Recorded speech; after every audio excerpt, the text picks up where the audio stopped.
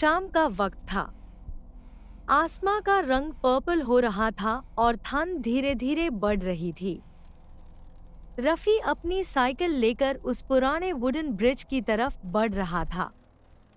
सब कहते थे वहां मत जाना, पर रफ़ी को लगा ये सिर्फ एक कहानी है। तभी उसकी नज़र पड़ी एक ट्यूट हुए बोर्ड पर, जिसपे लिखा था, डू नॉट क्रॉस। उसने साइकिल रोकी और ब्रिज की तरफ देखा। वुड के बीच में कुछ अजीब से डार्क स्टेन्स थे, जैसे पुराने खून के निशान।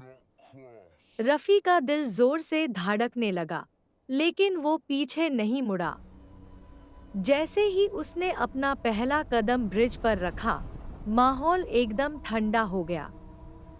नीचे से एक अजीब सी आवाज आई, जैसे कोई लकड़ी को नॉक कर रहा हो।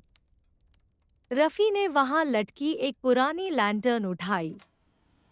वो रोशनी में देखना चाहता था कि नीचे क्या है, पर जैसे ही वो आगे बढ़ा, ब्रिज अजीब तरह से खिंचने लगा। वो जितना आगे चलता, रास्ता उतना ही लंबा होता जाता। तभी वेट फुटप्रिंट्स दिखने लगे। कोई इनविजिबल साया उसकी तरफ बढ़ रहा था।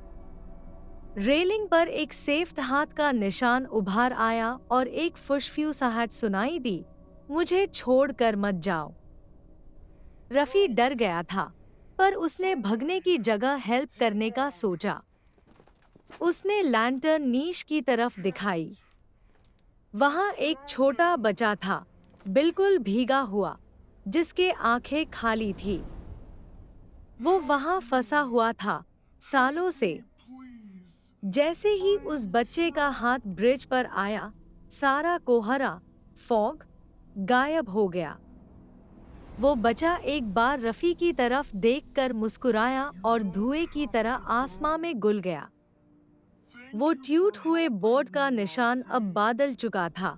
अब वहां लिखा था, सेफ पैसेज।